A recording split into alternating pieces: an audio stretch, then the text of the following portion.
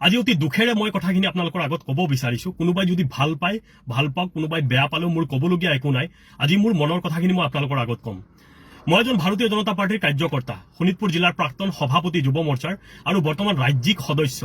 কিন্তু আজি মই অপমানিত হৈছো, ৰাস্তাত অপমানিত হ'বলগীয়া হৈছে। কাৰণটো হ'ল টুল টেক্স। মই টুল গেটত আজি পইচা দিব পৰা নাই। মোৰ মানে পইচা অলপ কমেই আছিল, সঁচা কথা যিটো পইচা অলপ কম আছিল। তেতিয়াহ'লে মই কি কৰোঁ, ধৰক মোৰ যি পাৰ্টিৰ আই কাৰ্ডখন আছে শোণিতপুৰ জিলা যুৱ মৰ্চাৰ আৰু ৰাজ্যিক যি এক্সিকিউটিভ সভাত আমাক যি আই কাৰ্ডখন দিয়ে মোৰ গাড়ীত আছিল, মই দেখুৱাইছো। তাৰপিছত তেখেতসকলে ক'লে, লগে লগে যিটো উত্তৰ দিলে যে যুৱ মৰ্চা কোনো মৰ্চাৰ এলাও নাই, কেৱল মূল সমিতিৰ কাৰ্যকৰ্তাৰ এলাও আছে, এনেকুৱা ধৰণৰ কথাখিনি ক'লে। মোৰ এনেকুৱা খং উঠিছে, ভাই দিনে নিশাই পাৰ্টিৰ কাৰণে কাম কৰি আছো, মৰ্চাই কি কাম নকৰে নেকি? কি কথা ক'ব আহে হে আপোনালোকে? এই কথাখিনি মই বাৰম্বাৰ মই ৰাজ্যিক সভাপতি মহোদয়কো জনাইছো যে আমি দূৰ দূৰণিৰ পৰা, আমি তেজপুৰৰ পৰা আহোঁ, তেজপুৰৰ পৰা আহিলে ৩,০০০ টকাৰ তেল লাগে, তাৰ উপৰিও টুল টেক্স, কেনেকে পাৰ্টিৰ কাম কৰিম? প্ৰভাৰী গ'লে ইমান দূৰত আমি যাওঁ, ইমান কষ্ট হয়, কম কষ্ট হয় নেকি? বছৰত এটা কাম মন্ত্ৰী মিনিষ্টাৰ বিধায়কৰ পৰা এটা কাম নাপাওঁ, বিচাৰি বিচাৰি ভাগৰি যাওঁ। আপোনালোকে যদি একোৱেই কৰি নিদিয়ে আমাক, আমি কেনেকে কি কৰিম? পাৰ্টিৰ কাম কেনেকে কৰিম? ইলেকশ্যন কেনেকে জিকে আপোনালোকে জানে নেকি? কেৱল মূল সমিতিৰ মানুহখিনিয়ে কাম কৰিলে ইলেকশ্যন জিকা নহয়। মৰ্চাই দিনে নিশাই কাম কৰি আছে। আৰু আজি যিটো উত্তৰ শুনিলো মই, যে মূল সমিতিৰ মানুহখিনিৰ আৰু হয়ো হয়, ডাঙৰ ডাঙৰ যিখিনি ইনোভা যায়, যিখিনি ডাঙৰ ডাঙৰ স্কৰপিঅ যায়, এইখিনি মোৰতো ইমান ডাঙৰ গাড়ী নাই নহয়। আমি সৰু গাড়ী লৈ পেলাই আপ ডাউন কৰিম, আৰু পকেটত সদায় ইমান পইচা নাথাকে নহয়। মই সমগ্ৰ অসমত যিমান যুৱ মৰ্চাৰ কাৰ্যকৰ্তা আছে, মই সকলোকে বিনম্ৰতাৰে মই আহ্বান জনাব বিচাৰিছো, এই টুল টেক্স কেইটাত আমিও প্ৰতিবাদ কৰিম। কাৰণ এতিয়া ভাগৰি গৈছো আৰু আহোঁতে পইচা দিব লাগে, যাওঁতে পইচা দিব লাগে। এতিয়া আৰু আমাৰ কোনো ধৰণৰ এতিয়া মৰ্চা বুলি ক'লে মানে কোনো কামৰে নহয়। আৰে যিমান মানে মিটিং সভা সমিতি হ'ব, ফ্লেগিং আমি কৰিব লাগে, আমাৰ ল'ৰা ছোৱালীখিনি কষ্ট কৰিব লাগে, বিধায়কৰ ওচৰত গ'লে সন্মান নাপায়, মন্ত্ৰীৰ ওচৰত গ'লে সন্মান নাপায়, এইবিলাক কথা হ'ল নেকি? আৰু কিমান দিন সহ্য কৰা হ'ব কথাখিনি?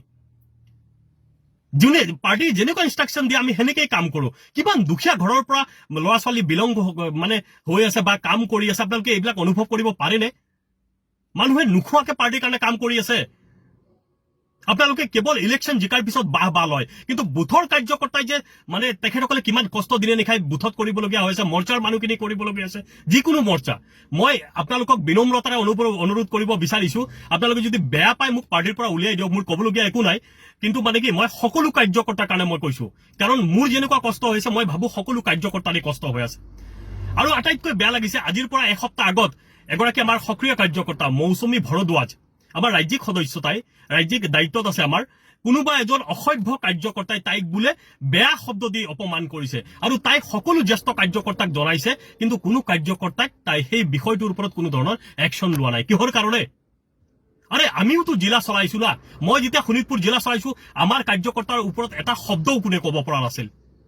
যদি আপোনালোকে চলাব নোৱাৰে তেতিয়া কেনেকে চলাব? আৰু কাৰ্যকৰ্তাই যদি আমাৰ নিজৰ মাজতে সন্মান নাপায়, তেতিয়াহ'লে কেনেকে থাকিব কাৰ্যকৰ্তা? এতিয়াৰ পৰা মই কৈছো, সমগ্ৰ যুৱ মৰ্চাৰ কাৰ্যকৰ্তাই প্ৰতিবাদ কৰিব লাগে। যেতিয়ালৈকে আমি ধৈৰ্য ধৰি আছো, ধৈৰ্য ধৰি থাকিলে এনেকে নহ'ব। আৰু সেইবিলাক আমি ধৈৰ্য ধৰি ধৰি ধৰি ধৰি আজি সেই বিশেষকে সৰ্বভাৰতত আজি চিট কমি যোৱাৰ মূল ৰিজন হ'ল এইবিলাক কাৰণ এজনে এজনক আমি কাৰ্যকৰ্তাখিনিক আমি গুৰুত্ব নিদিওঁ। কাৰ্যকৰ্তাক যদি আমি গুৰুত্ব নিদিওঁ, কাৰ্যকৰ্তা কেনেকে থাকিব পাৰ্টিত? মই আজিৰ পৰা টুল টেক্স নিদিওঁ, কাৰণ ইমান কষ্ট কৰি যদি পাৰ্টিৰ কামত আহিবলগীয়া হয়, মোৰ টুল টেক্স ফ্ৰী কৰিব লাগিব। আৰু যদি নহয়, তেতিয়াহ'লে মোক পাৰ্টিৰ পৰা উলিয়াই দিয়ক, মই পাৰ্টিত নাথাকো। আজি ৰাস্তাত অপমানিত হ'বলগীয়া হ'ল। মই মন্ত্ৰী মহোদয়ৰ কথা কৈছো, বিধায়কৰ মহোদয়ৰ কথা কৈছো, আই কাৰ্ড দেখুৱাইছো, তেখেতসকলে কয় আমি মন্ত্ৰী চন্ত্ৰী চিনি নাপাওঁ। আৰে আপোনালোকৰ লাজ নালাগিব পাৰে, মোৰ লাজ লাগিছে, মোৰ বেয়া লাগিছে। আজি এই কথাখিনি মই এনে কোৱা নাই, মই জানো মোৰ ওপৰত একশ্যন হ'ব, কিন্তু কি কৰিম? মই যেনেকে অপমানিত হৈছো, মই ভাবো গোটেই অসমত কাৰ্যকৰ্তা এনেকে অপমানিত হৈছে। আৰু আপোনালোকে ইনষ্ট্ৰাকশ্যন দিয়ক, মন্ত্ৰীকো ইনষ্ট্ৰাকশ্যন দিয়ক, বিধায়ককো ইনষ্ট্ৰাকশ্যন দিয়ক, যিখিনি মানে দিনে নিশাই কাম কৰি আছে কাৰ্যকৰ্তাখিনিক, তেখেতসকলক বছৰত 2-3টা কাম দিব লাগিব। যদি কাম দিয়া নহয়, কেনেকে আমি চলিম? হেই, পাৰ্টিৰ কামত তেল ভৰিবলগীয়া হয়, টুল টেক্স দিবলগীয়া হয়, ইমান দূৰ দূৰ গোটেই অসমত। আজি মই ঢকুৱাখানাৰ পৰা ভাৰী হৈ আছো, তাতে যাবলগীয়া হয়, কেনেকে যাম? এবাৰ কথাখিনি আপোনালোকে ভাবিছেনে? যদি মোৰ কথাখিনি কোৱাত ভুল হৈছে, হয়তো মই উগ্ৰ সুৰত কৈছো, কিন্তু লাগিব। আপোনাকো যদি ৰাস্তাত কোনোবাই অপমানিত কৰিব, এনেকে গাড়ী ৰখাই পেলাই, মোৰ পিছফালে মোটামুটি 10খনমান গাড়ী পেলাই পিছফালে লাইন লাগি আছে, তেখেতসকলক মোৰ বুজাওঁতে তাৰ পিছত মই এনেকে পাৰ হৈ আহিবলগীয়া হৈছে। তেখেতসকলে এনেকে অপমান কৰিছে যে মই এতিয়াতো ৰাস্তাত মাৰপিট কৰিব নোৱাৰো। মোৰোতো এটা সন্মানৰ কথা আছে।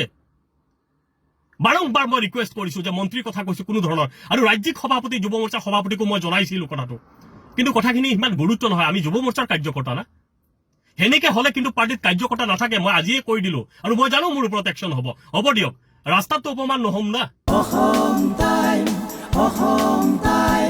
ৰাইজৰ কণ্ঠ